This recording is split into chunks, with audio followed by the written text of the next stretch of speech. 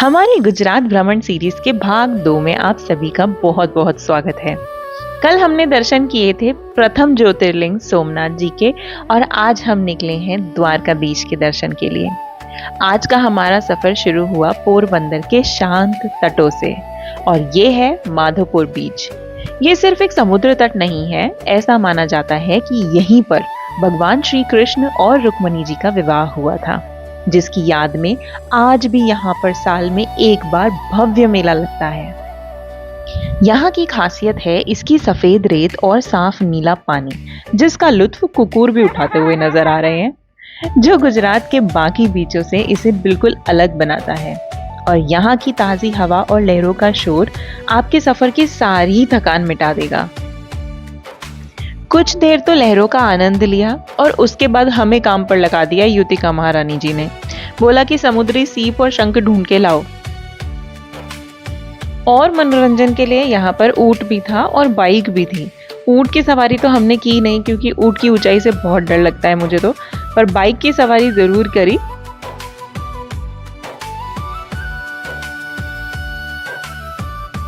माधोपुर बीच का ये एक्सपीरियंस हमारे लिए बहुत ही यादगार रहेगा और हमने बहुत ज्यादा मजे किए यहाँ पर।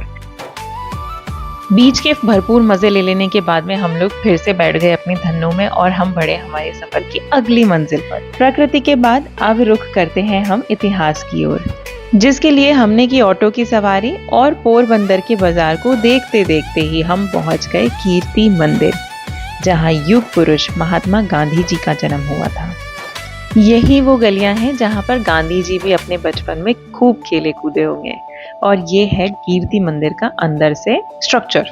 मुझे ऐसे लगता है कि इनके घर के पास वाले एरिया को गवर्नमेंट ने थोड़ा सा रीडेवलप किया है, उनका म्यूजियम और पुस्तकालय और ये सब बनाने के लिए, जहां पर हमने बहुत सारी फोटोज खिंचवाई और उसके बाद हम लोग एंटर करे उनके घर में।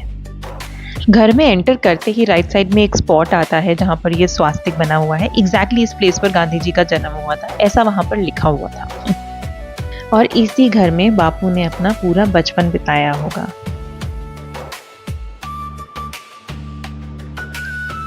एक कमरे से निकल के दूसरे कमरे में हमने कोई भी कमरा और कोई भी कोना नहीं छोड़ा। गांधी जी के घर का पूरा घर का मुआयना किया है हमने, कोई खिड़की नहीं छोड़ी है। हर खिड़की, एक बार तो ऐसे भी हुआ था कि हम एक खिड़की में और मम्मी पापा दूसरी खिड़की में खड़े थे और हम दोनों एक दूसरे को देख के हाय कर रहे हैं।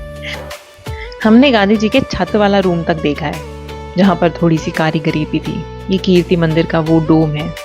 पूरा घर घूम लेने के बाद में हम आते हैं सबसे कठिन काम पर, जो था सीढ़ियां उतरना। पता नहीं भाई मुझे ये उस जमाने की सीढ़ियां हैं या बाद में इनका कंस्ट्रक्शन हुआ है, पर इन पर चढ़ना और उतरना ना रोडीज के किसी टास्क से कम नहीं था। घर घूम लेने के बाद में हम लोग पहुंचे संग्रह स्थान पर, जहां पर गांधी जी की पुरानी सभी चीजें रखी हुई थी।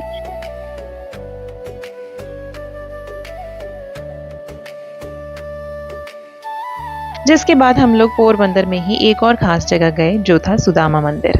पूरी दुनिया में सुदामा जी का बस ये इकलौता मंदिर है।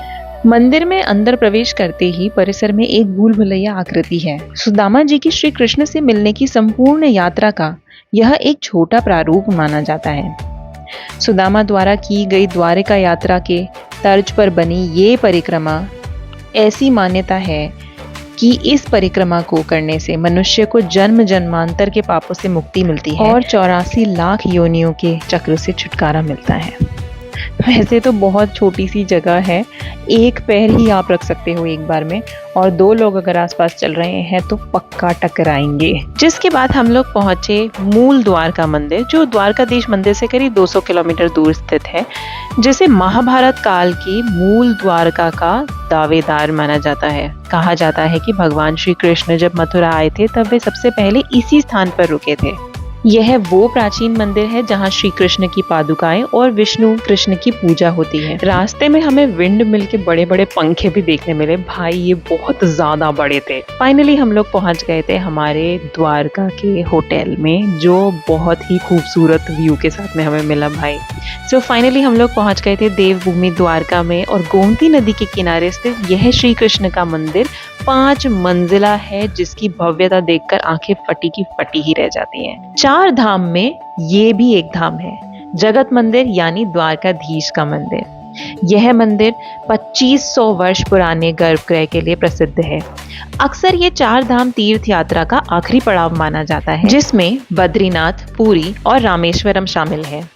ऐसा माना जाता है कि इसका निर्माण कृष्ण के मूल निवास महल हरिग्रह के स्थान पर उनके पोते वज्रनाभ द्वारा किया गया था।